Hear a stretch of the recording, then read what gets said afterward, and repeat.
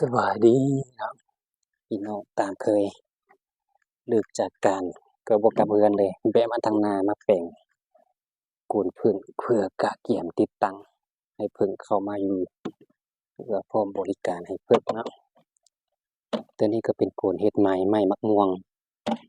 เป็นไม้มะม่วงนะตัวนี้เป็นมะม่วงแต่ว่า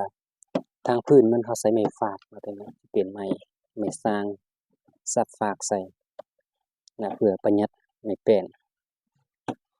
ขนาดของมันก็จะเป็น30นะแล้วก็ตัวนี้40ตัวนี้เป็นไม้แป้นเรือนเก่านะเพิ่งจะเฮ็ดทางไปทางนี้เนาะเพราะว่าเราเฮ็ดระบบเปิดทางเทิงเนาะเพื่อมื้อหน้าเราอาจจะเฮ็ดระบบคอนใส่ทีนี้ก็กำลังสิมาเจาะรูบ่ให้ผึ้งเข้าบ่ให้ผึ้งเข้าจากนั้นเราก็สิไปลนไฟแล้วก็ทาไข่ก็ถือว่าพร้อมให้บริการผึ้งมาเบิ่งว่ามันสิเข้าหรือบ่เนาะไม้มะม่วงตัวนี้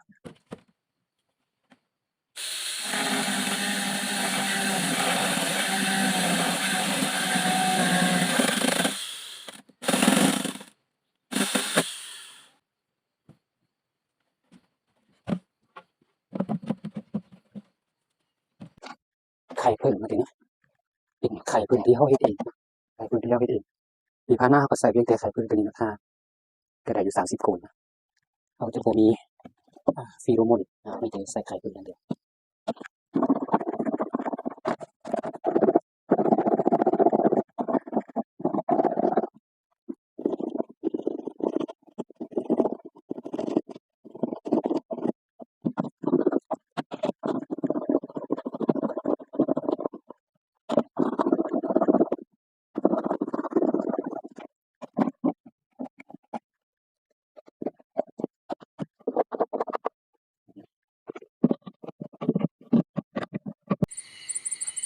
ที่สุดก็สำเร็จพร้อมติดตั้งพร้อมให้บริการผึ้งนะโกนผึ้งเฮ็ดเพิ่มไหมในจุดนี้18โกนคือว่าทาไข่เรียบร้อยแล้วมีแต่เอาไปตั้งให้ผึ้งมาเข้า